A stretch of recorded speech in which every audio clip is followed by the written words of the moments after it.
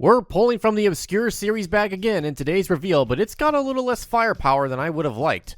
First off, we got 30cm cannon, Demazir Sonin from MS IGLOO. It's a white level 4, cost 1 command that can also be used as a G-Gen attack pilot who gives +1/1. As a command, Demazir can be used during your main or any action step. Set 1 rested blocker back to active. It can attack for the turn.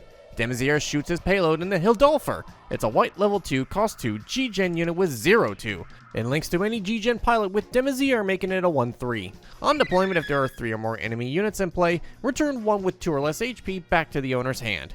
And one more reveal for funsies, it's Tifa, Dill, and Frieden. It's a white level 2, cost 2 base with 4 HP. If deployed on your turn, you can return 1 2 or less HP unit from each opponent back to their hands. Demazir is just fine. His effects wording makes you can pick any rested blocker, so I guess in a multiplayer format, this is a way to make friends by letting your opponent's blockers get back up when fighting each other.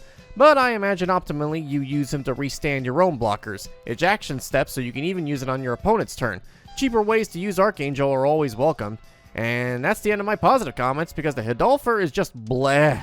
Sure, bounce away a single unit when you're surrounded by 3. In a free-for-all, maybe I'd see it, but in a 1v1, if you're that behind on turn 2, then just throw him in the towel already. 0 AP and a link, yeah, this thing's definitely not worth running. I will say, between all the level 2 units we've seen, or even just cards, that they're all costing a full turn. We have a lot more commons to reveal from the set, so I do imagine there will be some kind of actual G-Gen early game. I just hope it's not just a bunch more 2/1, 2/2s ruining the card pool.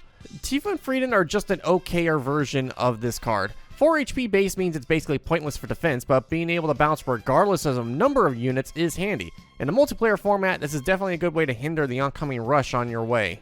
Now onto today's GDO5 tease, we got the big shock in Axis. The social media post just calls it Axis, so we can reasonably assume it's not a unit and a single word doesn't fit in commands formats, so it's probably a base. I'm a little shocked to see Neo Zeon has quite a few bases already, but I suppose we're covering Char's counterattack. It only makes sense to have a card representing one of the most famous landmarks in franchise history. EB01's full set drop is next Thursday, so hopefully the GDO5 reveals actually start then, or preferably sooner.